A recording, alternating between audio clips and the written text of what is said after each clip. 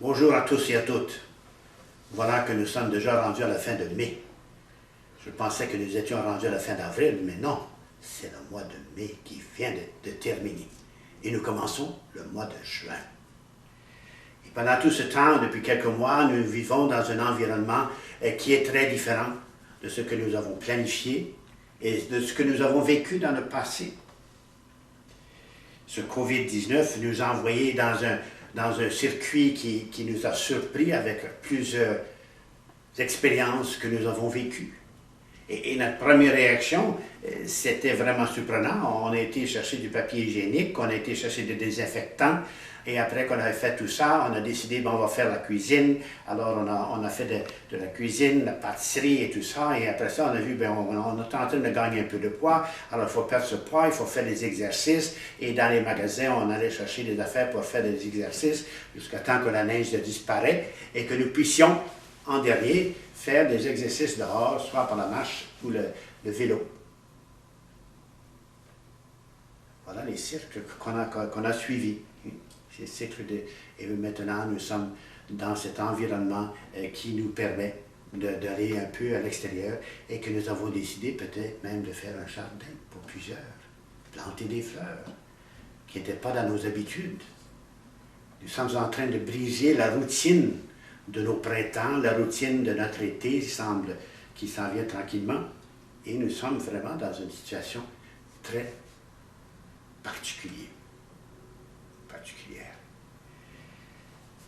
Alors nous avons autour de nous, et il y a 5 ans, le pape François nous a donné un document qui nous parle de cet environnement qui nous entoure, toute cette nature qui nous entoure, toutes ces personnes qui nous entourent, et toute cette famille qui nous entoure, et nous-mêmes. Cet environnement qui nous interpelle aujourd'hui à le respecter et à l'aimer. Et ça, c'est une chose que peut-être on dit, bien, c'est ça, je le fais. Je coupe ici un arbre, je coupe des branches là, je coupe ci, je coupe ça, je laboure ci, je laboure ça. Je détruis des bois, des forêts, tout ça. Est-ce pour le bien de la nature? Est-ce que c'est bien de notre environnement? Alors voilà que nous sommes dans un temps qui nous invite à regarder un peu l'environnement qui est autour de nous. Et ici, à Prince-Albert, dans cette région, nous avons beaucoup de forêts, de bois, nous avons des lacs, en quantité très nombreux, et les gens qui vont se mettre sur les plages et pêcher, qui vont à la pêche. Il faut respecter cet environnement. C'est l'environnement qui nous invite à le respecter, à l'aimer, et à essayer de le garder pour nos enfants et pour nos petits-enfants. Ensuite, nous avons l'environnement social, cette interrelation que nous avons avec les personnes, ces rencontres que nous avons, comme des amis ou comme des personnes humaines. Nous avons appris par le COVID qu'il faut garder notre distance. Et pourquoi? C'est ça la question que je me pose. Pourquoi est-ce que cette distance est nécessaire pour vivre ensemble? Ce n'est pas une coquille qu'on se crée autour de nous, mais cet environnement qui nous permet de nous respecter les uns les autres. Nous respecter par la parole que nous adressons aux autres, par des gestes, et peut-être par des choses de très violentes qui sont en nous, même des gestes d'amour. On ne peut plus s'embrasser en public. On ne peut plus se donner la main en public, qui était chose évidente depuis des siècles. Nous sommes appelés à réfléchir comment je me relie, comment je me tiens en communication avec les gens autour de moi. Et à cause de cela, eh bien, nous avons dû fermer nos boutiques, fermer notre travail, nous avons été congédiés de notre travail, et tout notre environnement a changé complètement. Ce n'était pas selon nos attentes, ce n'était pas selon nos plans. Mais un temps de réflexion sur comment est-ce que je vais réagir maintenant avec les autres qui sont autour de moi. Comment je vais faire mes achats, comment je vais faire mon travail. Et ensuite, il y a cet environnement qui est tout près de nous, c'est la famille. enfants, les parents, les enfants ou les grands-parents qui attendent impatiemment de voir leurs petits-enfants, de pouvoir les embrasser, de pouvoir les caresser. Cet environnement familial. Et peut-être nous avons eu le temps de réfléchir sur ça. Et comment nous réagissons face les uns envers les autres, comme famille. Comme famille. Être avec les enfants 24 heures par jour, c'est très différent de les voir que le soir et les fins de semaine. Et encore là,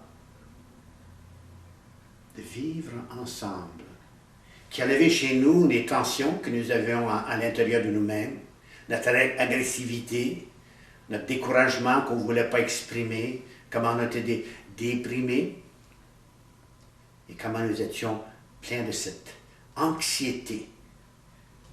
Qu'est-ce que ça va nous amener? Est-ce qu'on va pouvoir faire ci? Est-ce que nous allons pouvoir maintenant faire cela comme on avait planifié? Tout est remis en question pour que nous puissions approfondir davantage, premièrement, nos relations, notre environnement familial, notre environnement social et notre environnement avec la nature, cet respect de cette belle nature dans laquelle nous vivons. Et il y a aussi nous-mêmes, moi-même, comment est-ce que j'ai géré tout ce que j'ai fait, tous ces événements, toute cette expérience que je vis, les tensions que ça me levait chez moi, pas seulement dans la famille, mais chez moi. Comment est-ce que j'ai géré ça? Qu'est-ce que j'ai appris?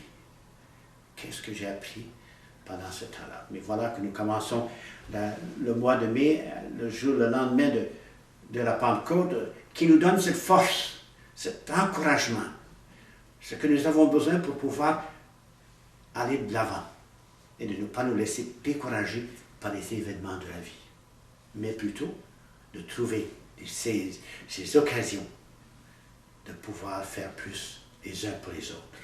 Alors, ça nous amène à comment je vais commencer à exprimer l'amour que j'ai pour les autres. Oh, c'est toujours la même chose. Non, c'est pas toujours la même chose. Nous avons peut-être changé notre façon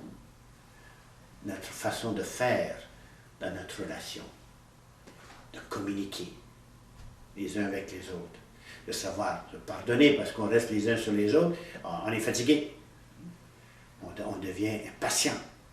Et voilà, il faut savoir se dire, se demander pardon et de voir qui nous sommes vraiment. Ces situations nous ont permis de sortir ce que nous avions caché depuis longtemps en nous et de le faire sortir pour que nous puissions vivre ensemble comme famille. Alors, et comme personne avec moi-même. Quel moyen que j'ai pris pour pouvoir vivre avec cet événement et avec moi-même.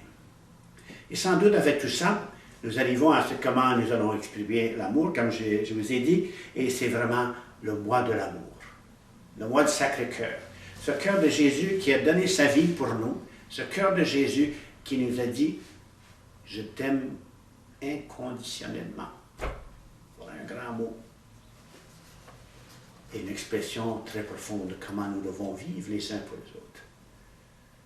Toujours, on met des conditions à notre relation d'amour, il n'y a plus d'amour. Où l'amour est fragile. Et voilà que Jésus nous invite à cela. Alors, le 19 de juin, nous allons fêter cette fête du Sacré-Cœur de Jésus, patron du diocèse.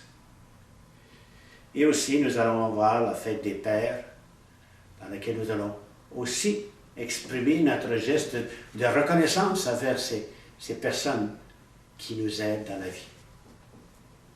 Ces personnes qui sont peut-être votre époux et avec qui vous vivez. Cette personne qui vous a donné des enfants. Père. Et Dieu est Père, il nous aime. Dieu est Père et nous lui demandons de continuer de nous aimer comme il aimait son Fils. Et ça, il le fait. Ensuite, nous avons au milieu du mois, le 21, vraiment la journée de l'été, la plus longue journée, et c'est vraiment le temps de réfléchir sur la fête des pères, mais aussi sur ceux qui ont resté ici depuis des siècles, nos indigènes, nos autochtones, ceux qui sont ici depuis des siècles et qui ont vécu cette terre et que nous sommes venus coloniser et que nous sommes venus prendre un peu leur place ou pas mal leur place pour pouvoir vivre ici. Nous pensons à eux, à leurs familles, à toutes les difficultés qu'ils ont et nous les portons dans nos prières et nous espérons qu'ils continuent à vivre avec leur culture, avec ce qu'ils sont, les uns pour les autres, comme nous le faisons tous les jours et que nous allons essayer de faire ce mois-ci en vivant de cet amour de Dieu et poussés par l'Esprit à aller au-delà de nous-mêmes pour que nous puissions tout mettre dans la main de Dieu, dans la main des uns des autres, parce qu'on s'aime. Bon mois.